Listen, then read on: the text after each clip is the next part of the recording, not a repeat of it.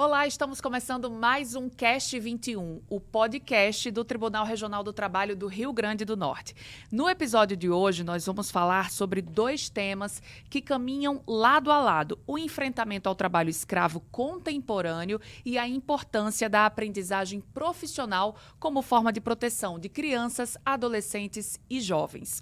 Para essa conversa, nós recebemos hoje aqui duas magistradas do TRT 21 que atuam diretamente nessas iniciativas no âmbito do nosso estado. A juíza do trabalho Lígia Godoy, gestora regional do Programa de Enfrentamento ao Trabalho Escravo, Tráfico de Pessoas e de Proteção ao Trabalho do Migrante, e a juíza do trabalho Stella Otran, que atua nas ações de promoção da aprendizagem profissional e da inserção protegida de adolescentes e jovens no mercado de trabalho. Sejam muito bem-vindas ao nosso Cast 21. Muito obrigada. Doutora Lígia, vamos começar aqui com a senhora. Muita gente acredita que trabalho escravo é algo que ficou no passado, mas isso não é verdade. Pelo contrário, os números e o trabalho, a atuação conjunta do TRT 21 com várias outras instituições mostram isso, né? Exatamente. As pessoas ainda acham, né, ainda acreditam que o trabalho escravo seria o negro acorrentado, né? Ficou no imaginário popular essa ideia. Inclusive, até pouco tempo, alguns juízes entendiam que a situação de pessoas degradante, situação, condições de trabalho degradante, eram questão cultural, né? Principalmente no meio rural. Então, esse nosso programa, essas ações que nós fazemos é justamente para mostrar que tem outras formas, né, de trabalho escravo. Eu digo que o método era diferente, porque o negro escravizado, que vinha sequestrado da África, né, para serem escravos, né, vinham sem a menor vontade, né, sem nenhuma resistência, porque eram acorrentados. E hoje é outra forma de sequestro, é aliciamento dessas pessoas, né, para o trabalho escravo. O TRT 21 realiza nesse dia 31 de julho mais uma ação em parceria com a Polícia Rodoviária Federal na rodoviária de Natal. Por que nesse ponto? E ele é estratégico para esse combate? Por quê? É justamente a informação, né? Porque nós fizemos essa parceria com a Polícia Rodoviária Federal, porque a gente tem que falar do trabalho escravo, temos que falar do tráfico de pessoas, né? Porque o tráfico de pessoas, ele se destina para o trabalho escravo, para a retirada de órgãos, para a exploração, né, sexual, adoção ilegal.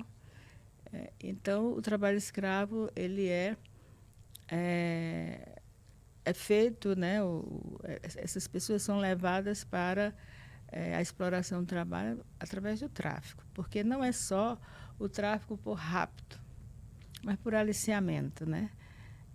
Nós temos o nosso hoje, né, a partir de 2016, no nosso Código Penal foi acrescido o artigo 149-A, em que fala sobre o aliciamento, a recepção, o alojamento de pessoas, né, traficadas. Todo esse é crime, né? Então foi incluído esse artigo no Código Penal.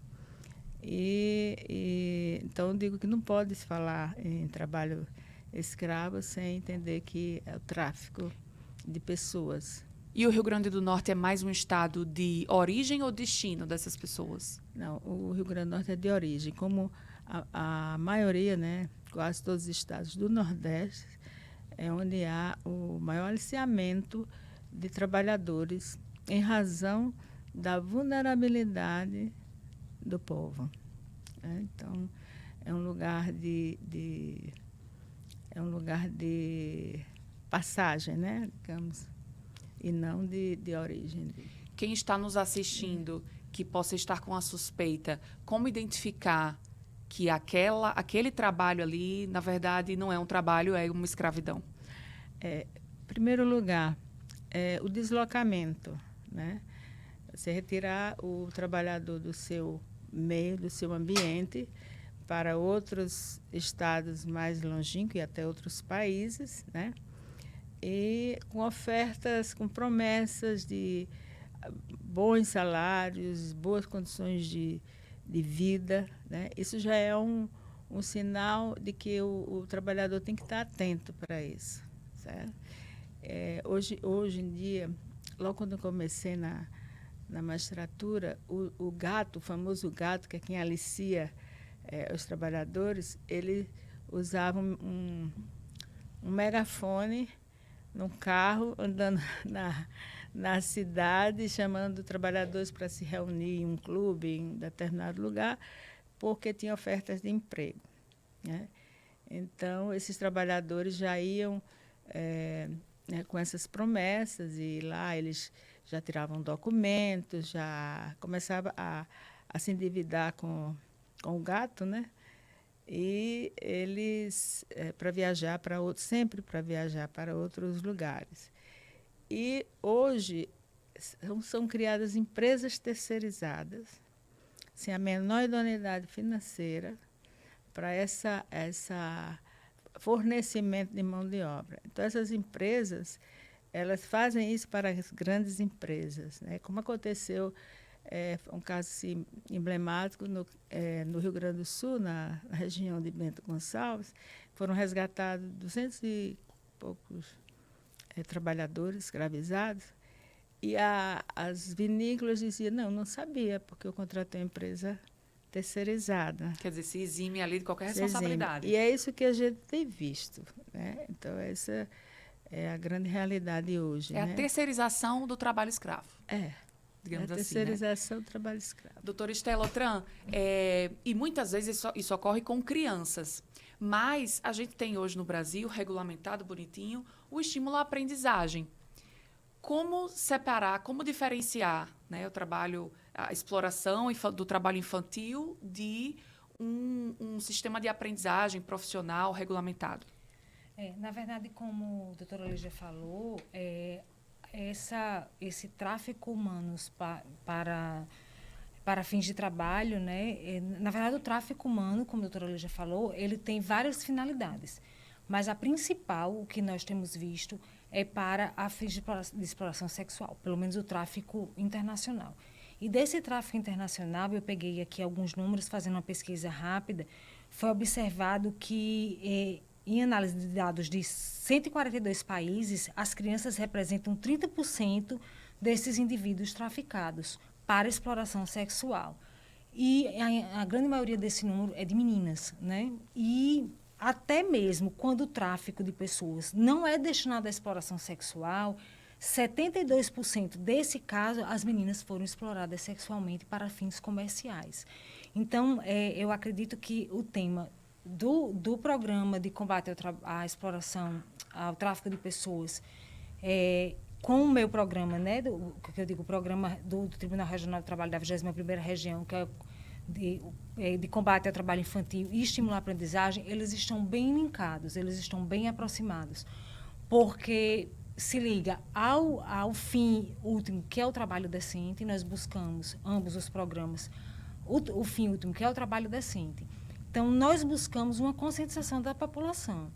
Para quê? Para que eles não sejam cooptados por esse trabalho, por esses gatos, né, que visam a levar essa população do trabalho infantil, né, dessas populações mais vulneráveis, para trabalharem no trabalho infantil, né, que na idade que não é permitida, sejam traficadas, sejam vítimas do trabalho ou para exploração desse trabalho sexual no exterior, ou mesmo que venham a trabalhar como uma condição análoga de escravo. E um dos meios que nós possuímos, no caso dos jovens e das crianças não, porque não é permitido o trabalho aquém dos 12 anos, né, que seria uma situação de trabalho infantil. Mas a partir dos 14 anos e até os 24 anos, que seriam na condição de aprendizes. E esse contrato de aprendizagem é um bálsamo maravilhoso para o mundo do trabalho. Por quê? Porque ele junta, é a conjunção de um jovem no mundo do trabalho e com a educação, porque ele faz essa conjunção. O jovem, ele continua se habilitando na educação, ele continua na escola ou num curso profissionalizante e ele tem a experiência prática profissional. Então, ele faz a junção dessas duas práticas, a prática profissional com a prática educacional.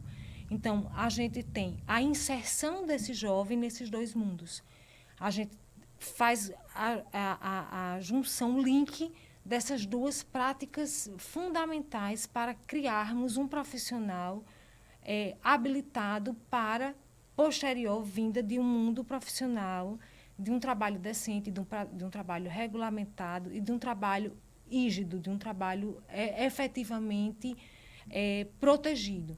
Então, o contrato de aprendizagem, no seu formato legal, é realmente o melhor dos dois mundos, diríamos nós. Porque nós evitamos que esse jovem não seja cooptado para o tráfico de pessoas, que ele não vá para o trabalho em condições análogas à de escravidão e que ele também não seja vítima de um trabalho infantil. Ele se mantém na educação. Então, realmente, a gente quebra, o que eu costumo dizer, a gente quebra esse ciclo de pobreza.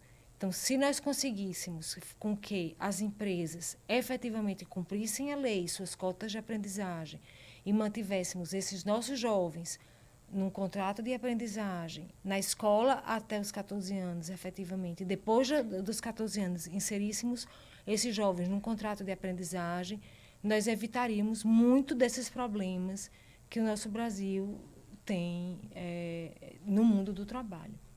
Esses jovens ficariam menos vulneráveis, né? Que era o que a gente vinha conversando antes. E qual é o papel do TRT 21 no combate ao trabalho infantil e no estímulo à aprendizagem, para além dos processos, doutora? Porque, na verdade, como a jurisdição ela é inerte, né, a nossa atividade princípio, né, como magistrados, a gente tem essa atividade de julgar. Então, nós precisamos aguardar que o litígio ele esteja pronto e acabado para que essas pessoas tragam um conflito para a solução. Então, a nossa principal atividade seria essa.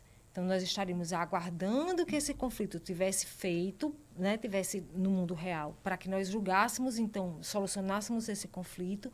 No mundo do processo seria isso.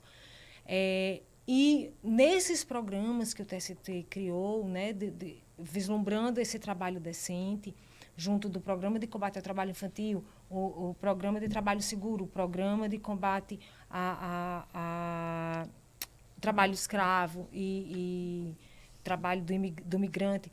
Então, nós visamos efetivamente a educação, levar a educação. Nós fazemos parceria com vários órgãos, como a doutora Lígia vai fazer amanhã, dia 31, na rodoviária. Né? Nós levamos uma tentativa de educar essas pessoas, aproximar a sociedade civil junto com esses outros órgãos, no meu caso, né, os jovens, doutora Lígia, a sociedade de demonstrar que, como a doutora Lígia estava explicando, de que não existe almoço grátis. Mostrar à sociedade de que contratos que trazem grandes vantagens, olha, vamos dizer, o caso é um pedreiro, estão ofertando um contrato para pedreiro que o senhor vai ganhar 5 salários mínimos, vai morar que não condiz, aquela proposta de emprego não condiz com a realidade daquela profissão, mostrar que aquilo não é verdadeiro, ou pelo menos não tem aparência de verdadeiro, que aquelas pessoas,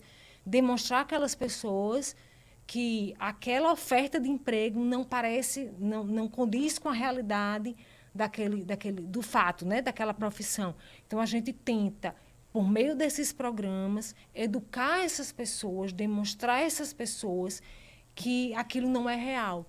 Então, para conscientizar a sociedade de que o único meio que nós possuímos é por meio da educação. Doutora Lígia, no programa de combate ao trabalho escravo, do trabalho do migrante e do tráfico de pessoas. E, no meu caso, por exemplo, uma das ações que nós fazemos é o mutirão da aprendizagem, que é tentar aproximar o jovem com intenção do contrato de aprendizagem à empresa que tem que cumprir a cota da aprendizagem. Então, são várias ações que esses programas produzem numa tentativa de educação, de mostrar à sociedade, de mostrar o que a lei determina, de uma eficácia mais educacional, realmente. Doutora Lígia, o trabalho escravo, o tráfico de pessoas, são crimes invisíveis. A gente sabe que existe, mas muitas pessoas são totalmente alheias, a não ser quando a gente vê uma notícia de um caso, né, o resgate de pessoas escravizadas numa fazenda, não sei onde, mas no dia a dia a gente não se dá conta disso. Qual é o maior desafio hoje ainda para combater esses crimes invisíveis? É justamente a informação, a educação e passar para a comunidade, né? Nós vamos, inclusive, passar filmes, né? Passamos filme nas escolas, né? No caso, Pureza, o filme que o Pureza é um caso verídico, né?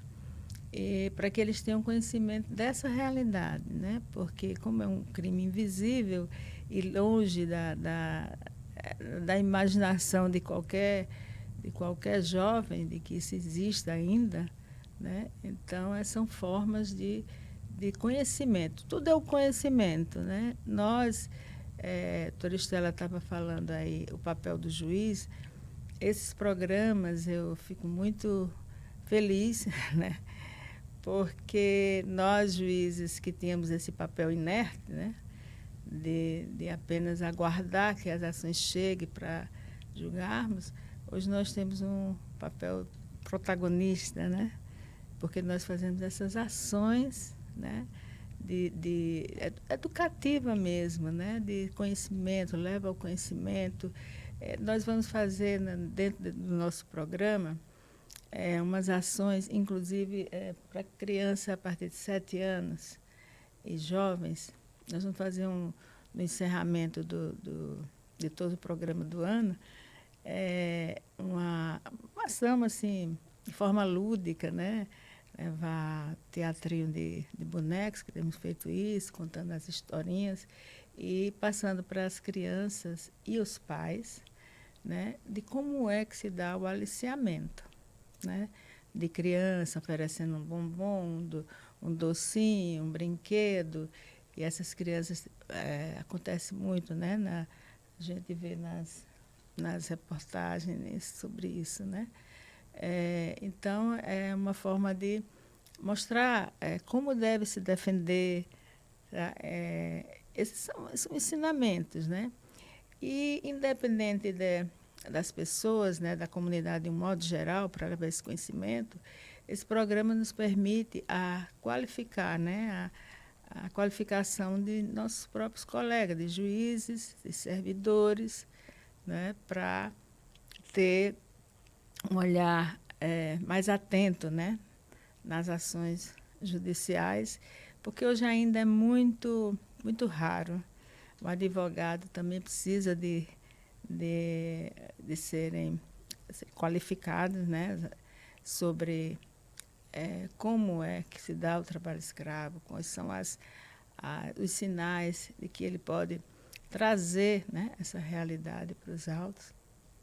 E a gente que pudesse dar algum curso então, nosso programa ele permite isso, ele prevê isso, né, a qualificação.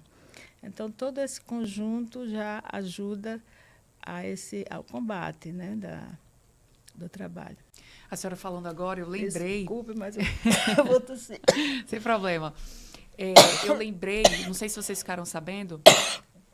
Quer uma aguinha, doutora? Por favor, produção, água para a doutora Lígia.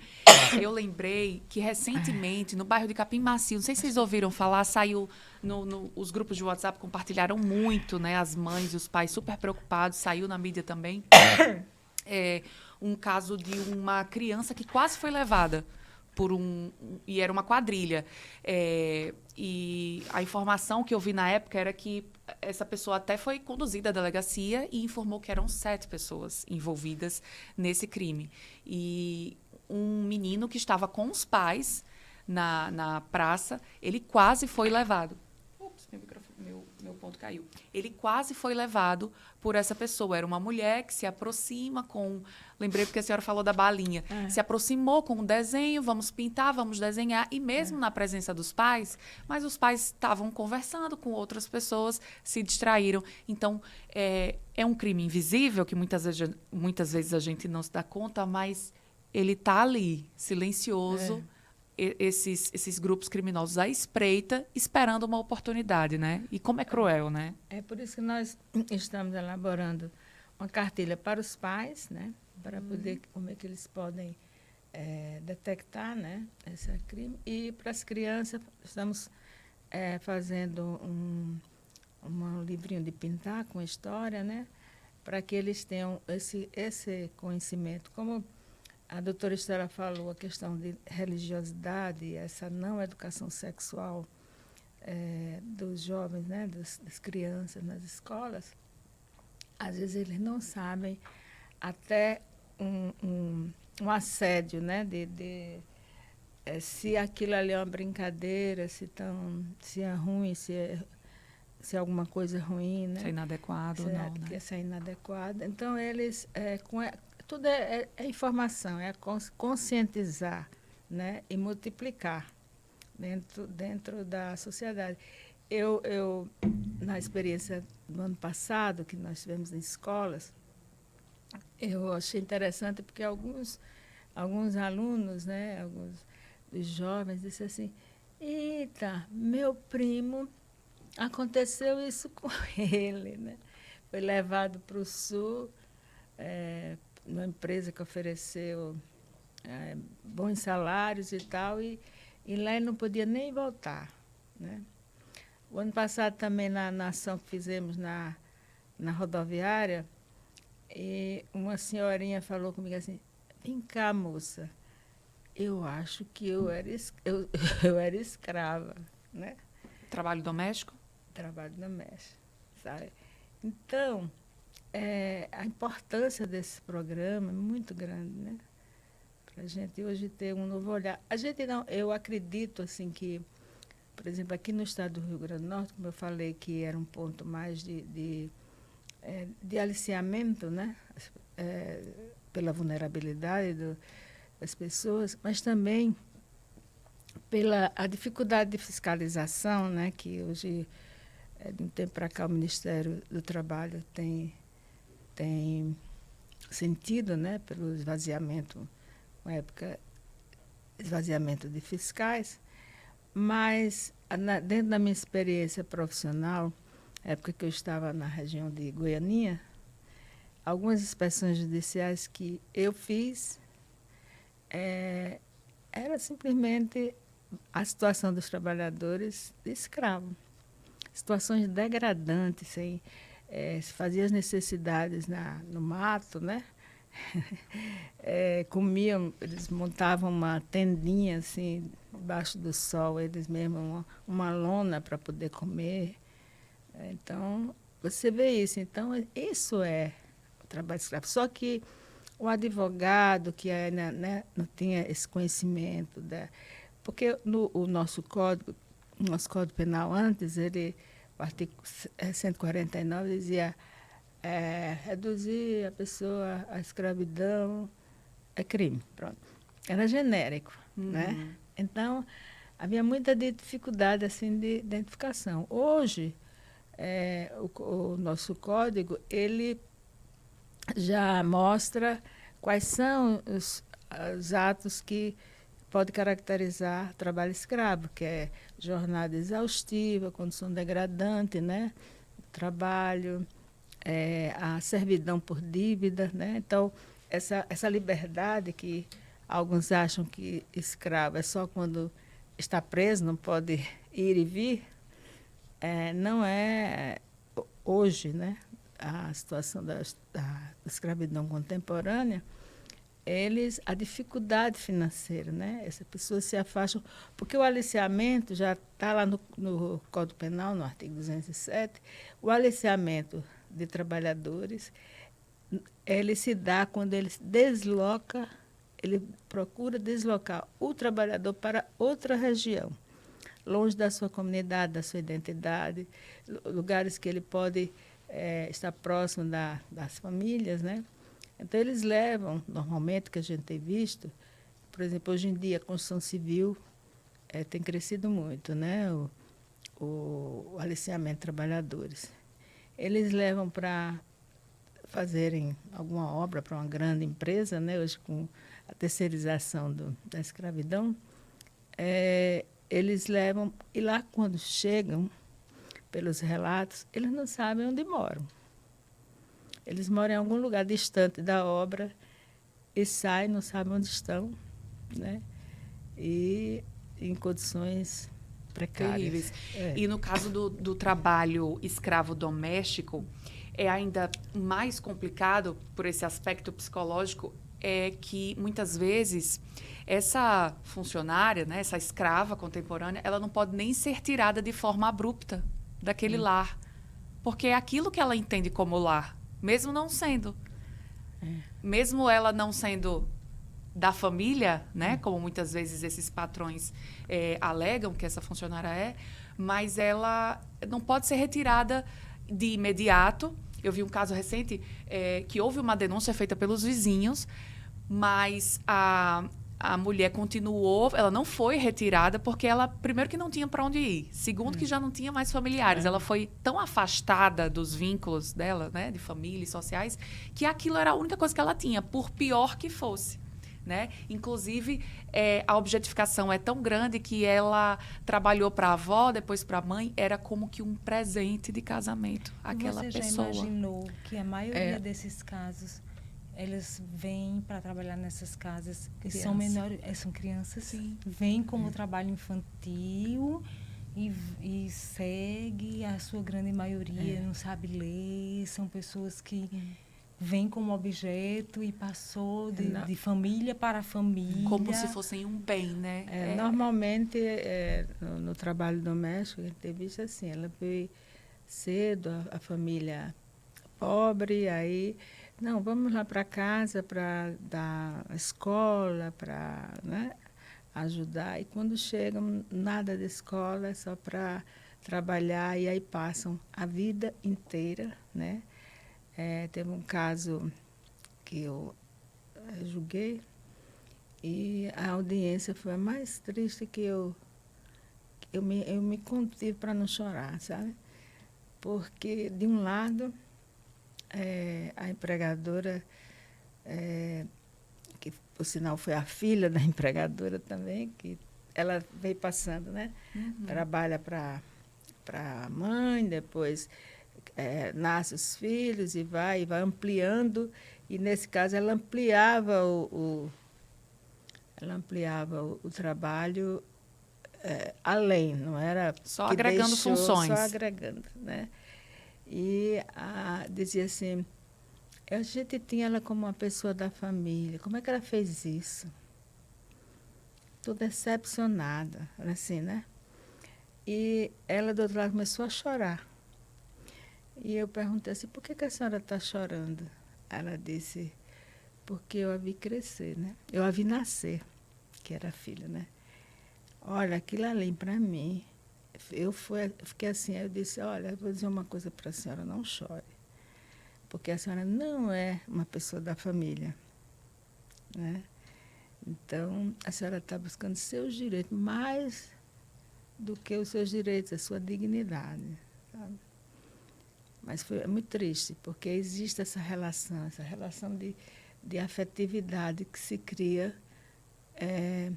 no meio doméstico. E mais, essas pessoas não têm a vida dela, a vida social, toda, é aquela vida daquela família. Se resume ao trabalho, né? Se resume ao trabalho. E é considerado pela Convenção 182 da OIT como uma das piores formas de trabalho infantil.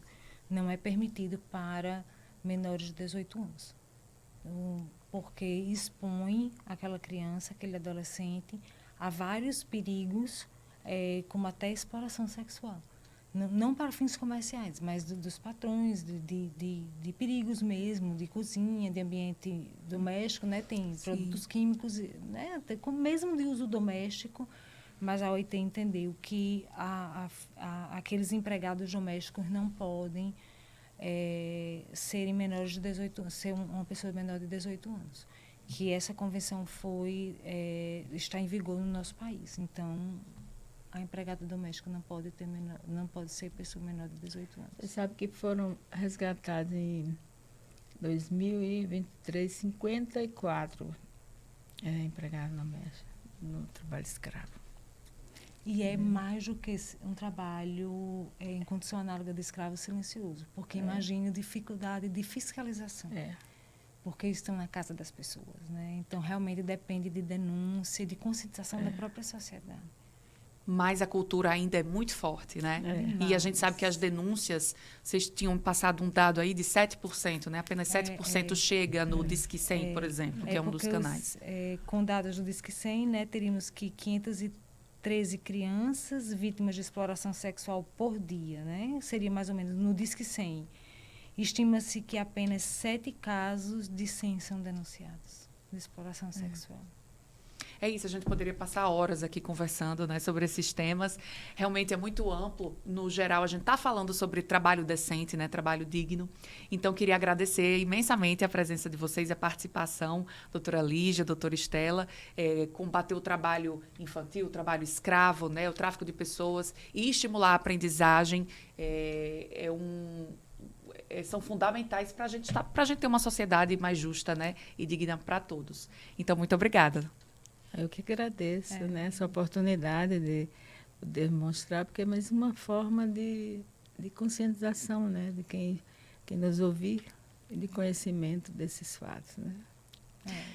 E se você gostou desse episódio do nosso podcast, fique atento às redes sociais, né, às plataformas digitais todas do TRT-RN para acompanhar os próximos. Muito obrigada pela companhia e até a próxima edição.